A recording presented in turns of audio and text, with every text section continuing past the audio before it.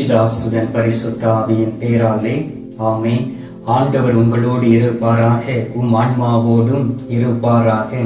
புனித யோவான் எழுதிய பரிசுத்த நற்செய்தியிலிருந்து வாசகம். ஆண்டவரே உமக்கு மகிமை.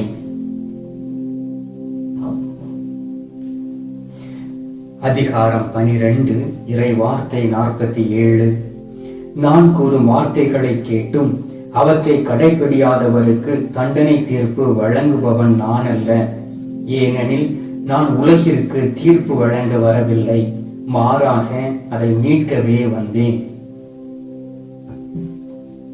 கிறிஸ்துவின் வாழ்வு தரும் நற்செய்தி. கிறிஸ்துவே உமக்கு புகழ். கிறிஸ்துவுக்குள் பிரியமான அன்பு சகோதர சகோதரிகளே, நாம் ஒவ்வொரு நாளும் ஆண்டவருடைய வார்த்தைகளை தியானிக்கிறோம். ஆண்டவராகிய இயேசு கிறிஸ்து நமக்கு கற்றுக் கொடுப்பதை கேட்டு அதன்படி நிம்மதியோடு வாழ்ந்து கொண்டு இருக்கின்றோம். சில நேரங்களில் சில சூழ்நிலைகளில் நம்மளுடைய நிம்மதியை கெடுப்பதற்கு யாராவது நமது மத்தியில் கடந்து வந்து தேவையில்லாத காரியங்களை பேசினாலோ மற்றவர்களை பற்றி பேசினார்களோ அவற்றுக்கு நாம் செவி கொடுக்காதபடி நாம் நடந்தோம் என்றால் நாம் பாவத்தில் விழ மாட்டோம். அநேக பேர் என்ன செய்கிறோம் தெரியுமா? மற்றவர்களை பற்றிய செய்திகளை கேட்பதிலே கவனம் செலுத்துகின்றோம். அவ்வாறு செலுத்தக்கூடிய நேரத்தில் நமக்குள் இருக்கக்கூடிய அந்த உண்மையான ஆவியானவர் வருத்தப்படுவார். அன்பார்ந்தவர்களே, இந்த மாதத்தில் கடைசி நாளில் இருக்கின்றோம்.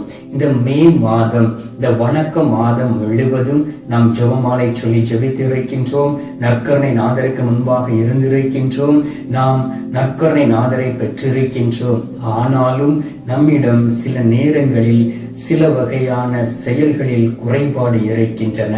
அதை நாம் அறிந்து கொள்ள வேண்டும். சில நேரங்களில் நாம் பேசுகின்றோம் பாவம் பாவம் பாவம் என்று. பாவத்தில் பல வகைகள் இருக்கின்றன. அந்த பல வகையான பாவங்களை பற்றி ஆண்டவராகிய இயேசு கிறிஸ்து நமக்கு வெளிப்படுத்தி இருக்கின்றார். நீங்கள் ஆண்டவராகிய இயேசு கிறிஸ்துடைய வார்த்தைகளை வாசித்து பாருங்கள். நம்முடைய இதயத்திற்குள் கடந்து செல்லக்கூடிய எதுவுமே அது நமக்கு பாவத்தில் விழ வைக்காது.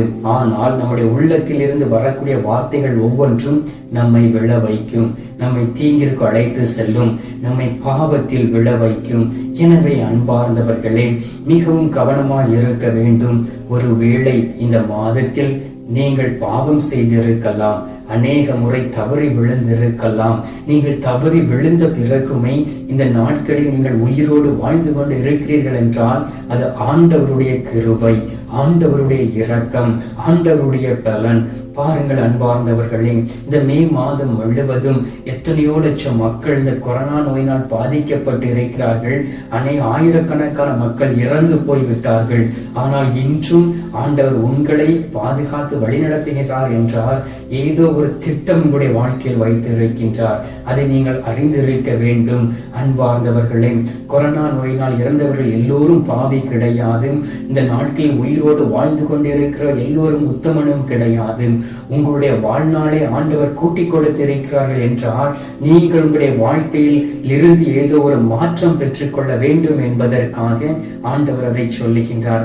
எனவே தான் இந்த நாளை நாம் வாசிக்க கேட்டோமோ இறை வார்த்தை, என்னுடைய வார்த்தைகளை கேட்டும் அவற்றை கடைபிடிக்காதவர்களுக்கு தண்டனை தீர்ப்பை கொடுப்பது நான் அல்ல, என் தந்தை கொடுப்பார். நான் எதற்காக வந்திருக்கின்றேன்? உங்களை மீட்பதற்காக. நீங்கள் உயிரோடு வாழக்கூடிய காலகட்டங்களில் நீங்கள் எப்படி இருக்க வேண்டும் என்று உங்களுக்கு கற்றுக் கொடுப்பதற்காக, நீங்கள் எப்படி வாழ வேண்டும் என்பதை சொல்லிக் கொடுப்பதற்காக ஒவ்வொரு நாளும் உங்களை தேடி வந்து கற்றுக் கொடுத்துக் கொண்டு இருக்கின்றேன். ஆனால் நீங்கள் அதை கேட்காதபடி வாழுகின்றபடியினால் நான் என்னுடைய கண்களை மூடிக்கொள்வேன், என்னுடைய செவிகளை அடைத்துக் கொள்வேன். நீங்கள் பேசுவதை நான் கேட்க மாட்டேன், உங்களை நான் பார்க்க மாட்டேன். என் என்கின்ற ஒரு சூழ்நிலை உருவாகும். அது எப்பொழுது உருவாகும் தெரியுமா அன்பார்ந்தவர்களே? நம் ஆண்டவராக இயேசு கிறிஸ்துடைய வருகையின் போது. கிறிஸ்து வருகையின் நோக்கம் என்ன என்பதை நீங்கள் அறிந்திருக்க வேண்டும். நம் ஆண்டவராகிய இயேசு கிறிஸ்துவின் வருகையின் போது தண்டனை தீர்ப்பு கிடைப்பது உறுதி. உண்மையோடு மொத்தமத்தோடு வாழ்ந்து யார் யாரெல்லாம் உண்மையான பாவ சங்கீர்த்தனம் செய்து ஆண்டவராகிய இயேசு கிறிஸ்துவின் இரத்தத்தினால் கழுவப்பட்டு இருக்கிறார்களோ அவர்கள் விண்ணக வீட்டில் அந்த சுவையை சுவைப்பார்கள். யார் யாரெல்லாம் ஏனோதானோ என்று வாழ்ந்து மற்றவர்களை பற்றி கவலைப்படாதபடி தன்னுடைய சுயநலத்திற்காகவும் குடும்பத்திற்காகவும் வாழ்ந்து கொண்டு தீமைக்கு மேல் தீமை செய்து பாவமன்னிப்பின் நிச்சயத்தை குறித்து கவலைப்படாமல் இருக்கிறார்களோ அவர்களை நியாய தீர்ப்பின் போது கண்டிப்பாக ஆண்டவர் நரகத்திற்கு அனுப்புவார். அதைத்தான் இந்த ஆண்டவருடைய வார்த்தைகள் சொல்லுகின்றது.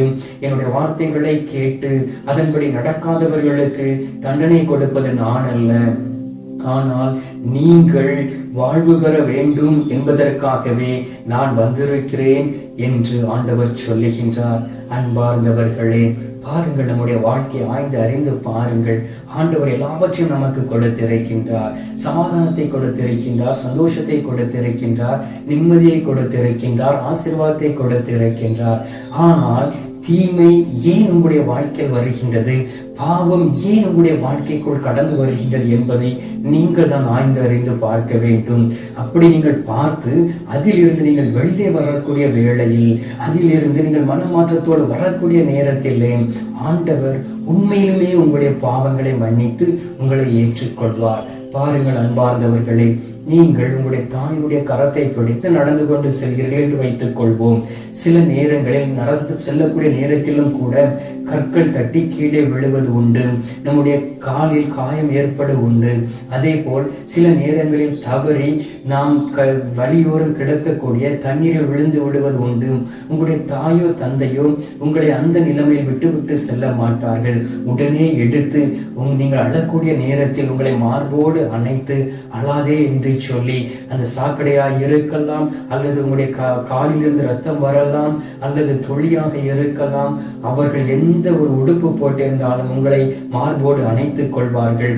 அதே போல்தான் நம் ஆண்டவராகிய இயேசு கிறிஸ்து நீங்கள் எந்த ஒரு சூழ்நிலையில் இருந்தாலும், எப்படிப்பட்டவர்களாய் இருந்தாலும், எப்படிப்பட்ட ஒரு வாழ்க்கை வாழ்ந்து கொண்டு இருந்தாலும் அவர் கண்டிப்பாக அவர் கடந்து வருவார்.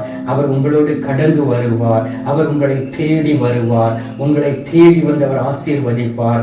உங்களுக்கு நீங்கள் விரும்பி கேட்பதை உங்களுக்கு கட்டாயம் தருவார். அதுதான் ஆண்டவராகிய இயேசு கிறிஸ்து இந்த நாட்களில் உயிரோடு இருந்து நமக்கு செய்து கொண்டு இருப்பது. நாம் கடைசி நேரம் வரை காத்திருக்க கூடாது. ஆண்டவர் கொடுத்திருக்கக்கூடிய வாய்ப்பை பயன்படுத்தி ஆண்டவர் நமக்கு கற்றுக் கொடுப்பதை கேட்டு நடக்க வேண்டும். தீயவர்களோடு சேர்வதை விட்டுவிட்டு தீயவழில் நடப்பவர்களோடு கடந்து செல்வதை விட்டுவிட்டு நாம் வாழ வேண்டும். அதைத்தான் சங்கீதம் 1வது அதிகாரத்தில் சொல்லப்பட்டு இருக்கின்றது. நற்பேறு பெற்றவர்கள் யார்? நற்பேறு பெற்று வாழக்கூடியவர் யார்? தீயோரின் வழியில் வழியில் நடவாதவர், தீயவருடைய சபையில் அமராதவர், எப்பொழுதும் ஆண்டவருடைய வார்த்தைகளை தியானித்து இரவும் பகலும் தியானித்து அதன்படி நடப்பவர்கள் நீரோடை ஓரம் நடப்பட்ட மரத்தை போல் இருப்பார்கள். தகுந்த காலத்தில் கனித்தந்து அநேக மக்கள் அந்த நிழலில் வந்து இளைப்பாறுவார்கள். அவர்களுடைய பசியை ஆற்றிக் கொள்வார்கள். அப்படிப்பட்ட பிள்ளைகளாய் நீங்கள் இருக்கிறீர்களாம். அப்படிப்பட்ட பிள்ளைகளாய் உங்களுடைய பிள்ளைகளை உருவாக்கி இருக்கிறீர்களாம். உங்களுடைய குடும்பத்தை உருவாக்கி இருக்கிறீர்களாம். வேலை செய்த இடத்தில் அப்படி ஒரு சூழ்நிலைகளை நீங்கள் ஏற்படுத்தி இருக்கிறீர்களாம் என்பதை யோசித்து பாருங்கள். அன்பார்ந்தவர்களே, இன்னும் காலம் தாழ்த்த வேண்டாம். ஆண்டவரிடம் திரும்புவோம். நற்கருணை நாதரிடம் திரும்புவோம். நற்கருணை நாதரிடம் வந்து நாம் மன்றாடி கேட்போம். அப்பொழுது ஆண்டவர் கண்டிப்பாக இழந்து போன சமாதானத்தையும், இழந்து போன ஆசீர்வாதத்தையும், இழந்து போன நிம்மதியும் கண்டிப்பாக தருவார். ஆண்டவருடைய வார்த்தை சொல்லுகின்றது. லூக்கா நற்செய்தி 19வது அதிகாரம் 10வது வார்த்தையில் சொல்லப்பட்டு இருக்கின்றது. இழந்து போனதை தேடி மீட்கவே மானிட மகன் வந்திருக்கின்றார். நீங்கள் ஏதாவது ஒரு காரியங்களில், ஏதாவது ஒரு செயலில், ஏதாவது ஒரு வழியில் நீங்கள் எதையாவது இழந்து போய் இருக்கலாம். அதை பெற்றுக்கொள்ளும் வரை எவ்வாறு போராடுகிறீர்களோ அதே போல் இழந்து போன உங்கள் ஆன்மீக வாழ்க்கையை, இழந்து போன ஆத்துமாவை நீங்கள் மீண்டும் பெற்றுக்கொள்ளும் வரை நீங்கள் போராட வேண்டும்.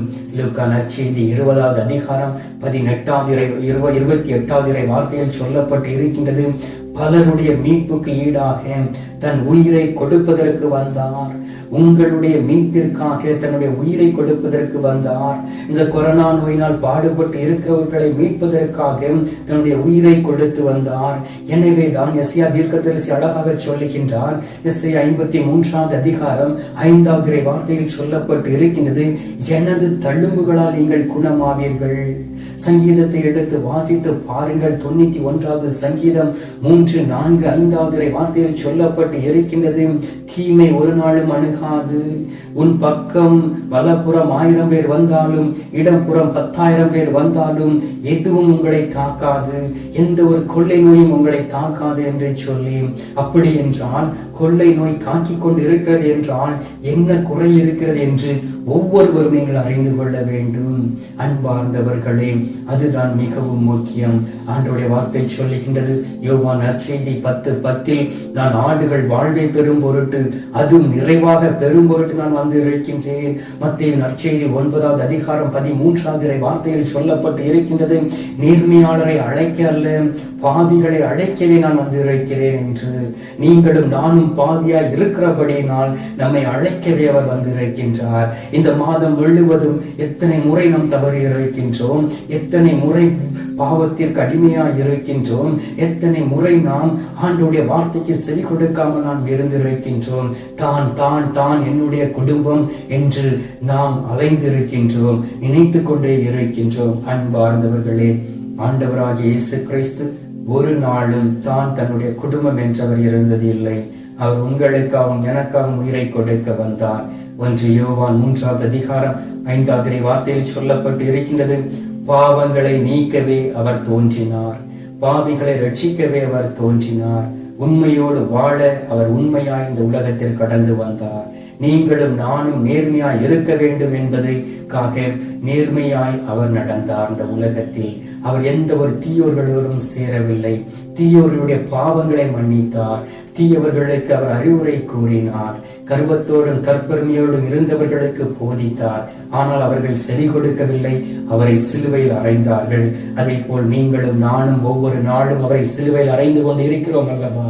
நம்முடைய பாவத்தின் நிமித்தம் அவரிடம் நாம் கேட்க வேண்டும். இந்த மாதம் முழுவதும் ஆண்டவர் செய்த காரியங்களுக்காக நன்றி செலுத்தி மனம் வருந்தி மன்னிப்பு கேட்டு புதிய மாதத்திற்குள் கடந்து செல்ல வேண்டும். 1 யோவான் 3வது அதிகாரம் 8வது வார்த்தையில் சொல்லப்பட்டு இருக்கின்றது, அழகியின் செயல்களை தொலைக்கவே இறைமகன் தோன்றினார். ஆண்டவராகிய இயேசு கிறிஸ்து இவைகள் எல்லாவற்றையும் தொலைக்கவே தோன்றினார். இவை எல்லாவற்றையும் செய்து முடித்தார். ஆனால் 2வது வருகையின் போது அந்த சூழ்நிலைகளை நம்மால் பார்க்க முடியாது.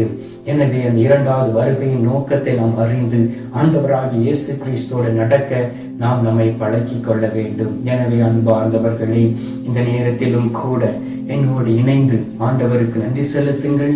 ஆண்டவரிடம் மன்னிப்பு கேட்போம். தொடர்ந்து நாம் பாவத்திற்கு கொடுத்து மனம் வருந்துவோம். அப்பொழுதுதான் நாம் நம்முடைய குடும்பம் எல்லாம் ஒன்றாக இருந்து ஆண்டவரை மகிமைப்படுத்தி பெருமை சேர்க்க முடியும். நம்முடைய திருச்சபைக்கு ஒரு சாட்சியாய் இருக்க முடியும். இந்த நேரத்தில் சிறு நேரம் என்னோடு இணைந்து நீங்கள் ஜெபிப்பீர்களா? இப்பொழுது நாம் ஜெபிக்கலாம். எங்கள் பரலோக தந்தையே, இயேசு கிறிஸ்துவை, தூயனல் ஆவியே, தந்தை, இந்த அருமையான காலை பொழுதிற்காக நன்றி சொல்லி உம்மை துதிக்கிறோம் சுவாமி. தூய்மையின் இருப்பிடமே உம்மை துதிக்கிறோம் ஆண்டவரே. பரிசுத்தரே உம்மை துதிக்கிறோம். ராஜாதி ராஜாவே உம்மை துதிக்கிறோம். சேனைகளின் கர்த்தரே உம்மை துதிக்கின்றோம். படைகளின் ஆண்டவரே உம்மை துதிக்கின்றோம். ஒளியாய் இருக்கிறவரே உம்மை துதிக்கின்றோம். உப்பாக இருக்கிறவரே உம்மை துதிக்கின்றோம். அன்பார்ந்த இயேசு சுவாமி, நீர் உடலோடு இந்த உலகத்திற்கு வந்து இதோ என் உடல் என்று சொல்லி ஆண்டவருமே உமது உடலை எங்களுக்கு பரிசாக கொடுத்தவரே உம்மை துதிக்கின்றோம். நானே விண்ணிலிருந்து இறங்கி வந்த உயிருள்ள உணவு என்று சொன்னவரே உம்மை துதிக்கின்றோம். இழந்து போனதை மீட்க நான் வந்தேன் என்று சொன்னவரே உம்மை துதிக்கின்றோம். நான் தண்டனை தீர்ப்பு வழங்குவதற்காக அல்ல, உலகிற்கு தீர்ப்பு வழங்க வரவில்லை, நான் மீட்பதற்காக வந்தேன் என்று சொன்னவரே உம்மை துதிக்கின்றோம். பலருடைய மீட்புக்கு ஈடாக தன் உயிரை கொடுத்தவரே உம்மை துதிக்கின்றோம். நான் ஆண்டுகள் வாழ்வு பெற வேண்டும் என்று சொன்னவரே உமக்கு நன்றி செலுத்துகின்றோம். ஆண்டவரை நிறை வாழ்வை கொடுத்திருக்கிறவரே உம்மை துதிக்கின்றோம்.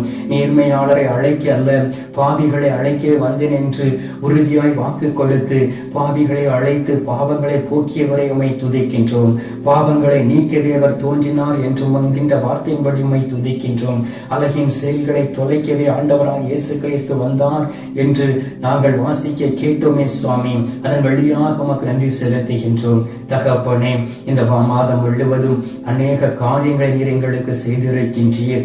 இந்த வணக்க மாதத்திலே நாங்கள் உம்மை நோக்கி இல்லாதபடி இருந்த நேரத்திலும் கூட, உமது தாயாகி அன்னை மரியாள் கொடுத்த வார்த்தையின்படி நடக்காமல் இருந்த நேரத்திலும் கூட நீர் எங்களை திடப்படுத்தி நீர் வல்லமையோடு எங்கள் மத்தியில் கடந்து வந்து எங்களுக்கு செயலாற்றினரே. அதற்காக உமக்கு நன்றி சொல்லி உம்மை துதிக்கிறோம் சுவாமி.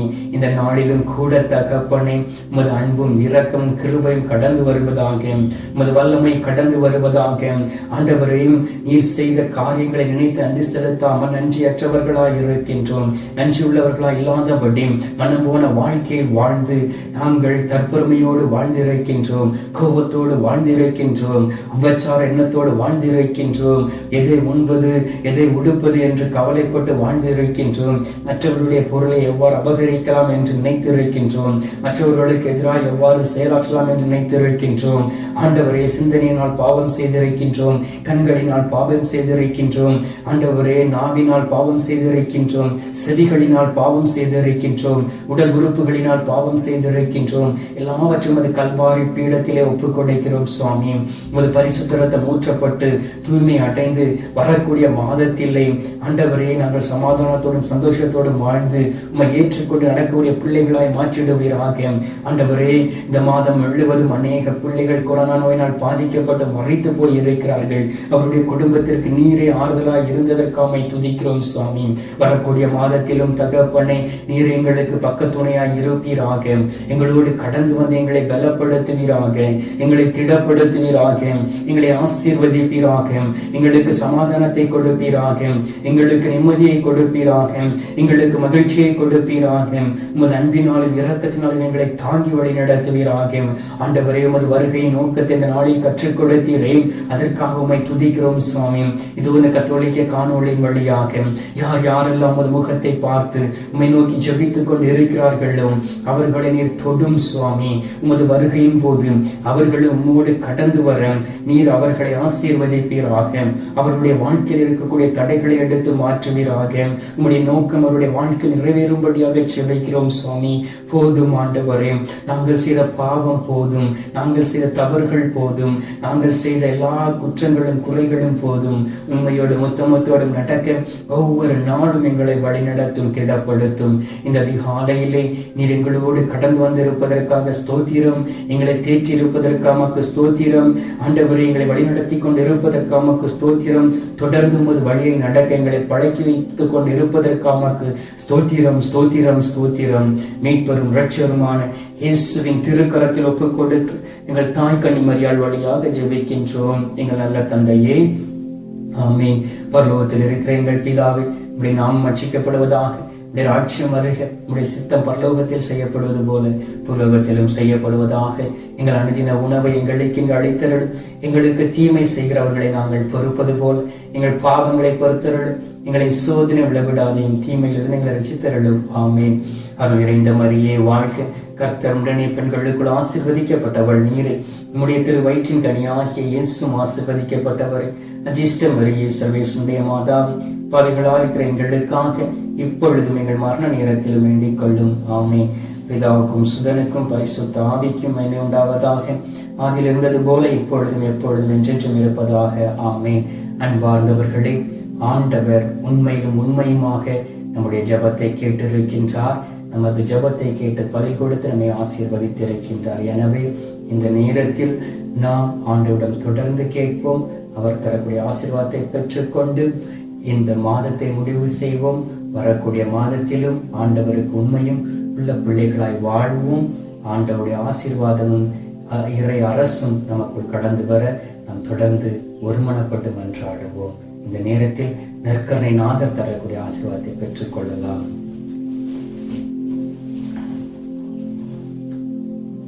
எல்லாம் வல்ல இறைவன் பிதா, சுதன், பரிசுத்த ஆவி உங்களை ஆசீர்வதிப்பாராக. ஆமென்.